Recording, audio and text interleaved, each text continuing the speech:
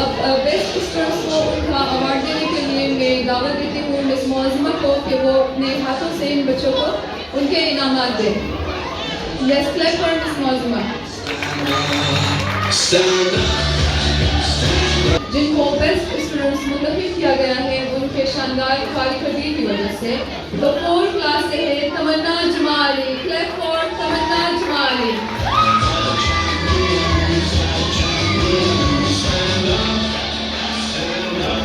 And 2 class से the one and only सताइश मोहम्मद Dawood. Clap for सताइश मोहम्मद दाऊद।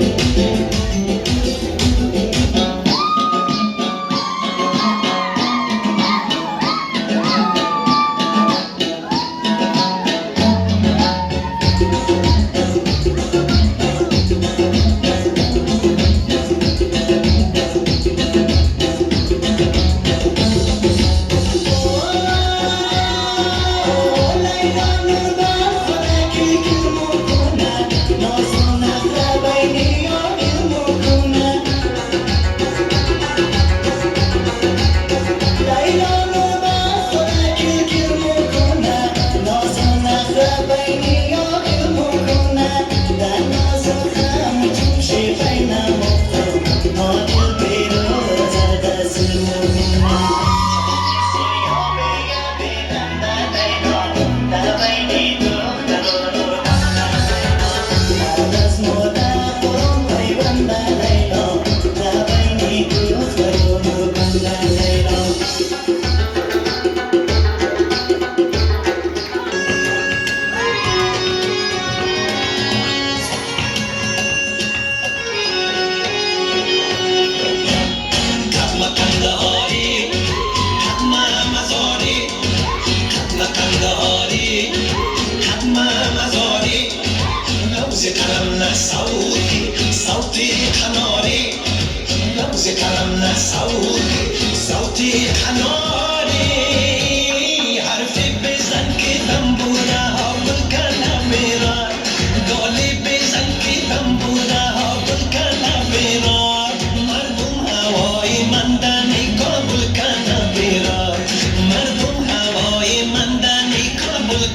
بیرا